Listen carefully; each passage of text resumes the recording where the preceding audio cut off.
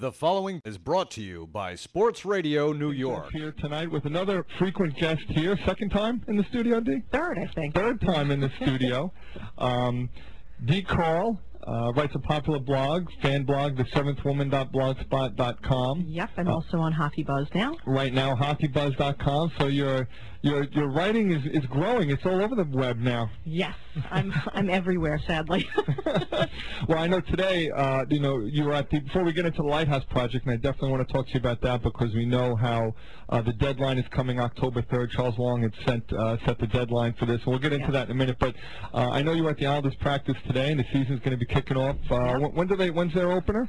Their home opener is Saturday the 3rd, and they do have their last preseason game against the Devils on Tuesday the 29th. That's right. So now you're at practice this afternoon. They were up in Facet at Iceworks, an Islanders practice facility. How did the team look? You said a long practice today. They did a double practice. They had 2 sessions. They had very little time in between. They looked great. We had 3 of the recovering players, Doug Waite, Sean Bergenheim, and Bruno Gervais, were all on the ice. And they looked actually very good. The practice went well, and Coach Gordon didn't have to yell a lot, so that's always a good thing. Well, they got a lot of young guys on the team, of course. A lot of young guys. And the goaltending situation, I want to talk to you about that because last year, of course, the Islanders were kind of caught with their pants down a little bit with DiPietro, and McDonald and Yandere did a great job. Yep. But this year, the team went out and got 2 solid veteran goaltenders, and Rawlinson and Marty Baron. So they seem set there. It makes you wonder, though, how much longer for if ever, is he going to come back? Well, they just want to make sure that when he does come back, he is 100%. I did see him today, actually. There was a DiPietro sighting in the building. Wow. So he was there. He was working out. He didn't have pads on, but he wants to make sure that he doesn't re-injure himself and that when he does come back, he is 100%. Biron and Rolison are a perfect tandem. They're great guys. I watched them today. Biron was wonderful in net. I will say, and I did write this on the blog, Rolison did get scored on 3 times, twice by John Sim within a matter of a minute. So Baron's got the early edge here to start the season? From my eyes, Baron has the early edge. Sounds like you just have a little preference for Baron. No. I was watching. Looks sharper. And he and just the whole attitude and how he was positioning himself. But I'm sure that Dwayne's an excellent goalie, and we're set in net, which is great. Yeah, no, I think that was a smart move by Garth Snow, solidifying. So that's obviously one of the, if not the most important position on the team. Now, they have, of course, a lot of young guys. Bailey's kind of got a year under his belt now. Oposo, if he recovers from the butterflies the other day. Yeah, he looked great today, too. He wasn't out on the ice, but he did a full day of cardio working. Yes, everything. And then he did walk over to the ice. He was looking a little sad not being out there with the rest of the team, but he stayed the whole day. Well, that's the competitiveness in him. And, absolutely. And, I think guys like Bailey and Oposo, to me, are the 2 key guys in terms of the younger group. They seem to be the leaders, and I think Bailey, with some experience now, maybe he's a little bit stronger this year.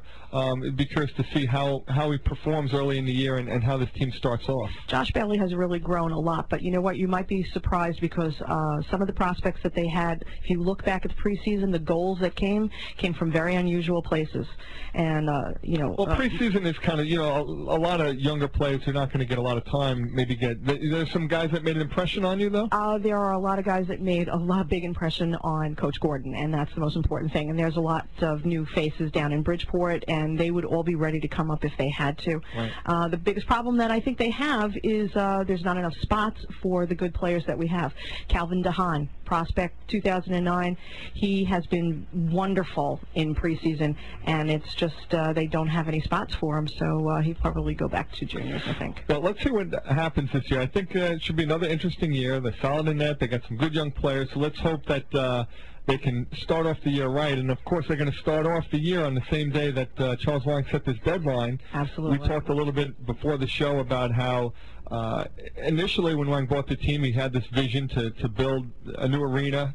Something wasn't called the Lighthouse Project, I don't think, at the time. No. But he wanted to keep politics out of it. He wanted to and it's taken him so long now, and it came to the point where it just seemed he had to set a deadline to get the town to move and try to get these things done.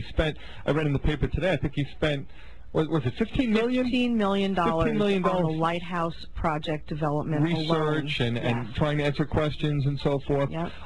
So I mean, it seems like he's been giving it his due diligence and Absolutely. trying, his honest effort to try to make this happen. And the town seems to have been dragging their feet. They set a deadline And actually, if you remember, it's the fact that the Nassau County was the one who wanted this project done. And they're the ones who came to him and said, what can you do kind of in ironic. this place? Yes, and they won the RFP, and now then it was left to the town of Hempstead, and they indeed had been delaying certain things, not returning calls, not scheduling meetings, and it was only when the larger politicians had started to become involved that, yes, they started to move along. So you'll hear from the town that they're moving as fast as possible. They had the hearings. It took them a while to schedule the public hearings, but they did have them.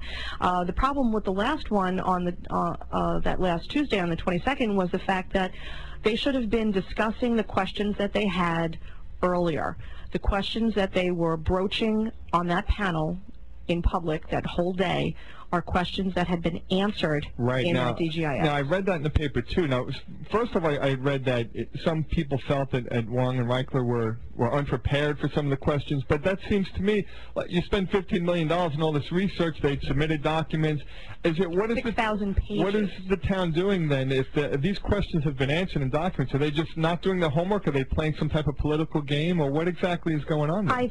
My personal opinion is, yes, that there is some sort of political agenda that is being that is. So waiting to the last minute, so that the people that are against it, when they approve it, hopefully, let's say, that they try to make it seem like, well, we tried to look at it. Is that what's going on a little? I think so. And if you look back historically at the last meetings that they had, there had been no opposition. The opposition had been minimal. Right. All of a sudden, it was as if this opposition just came to the surface out of nowhere.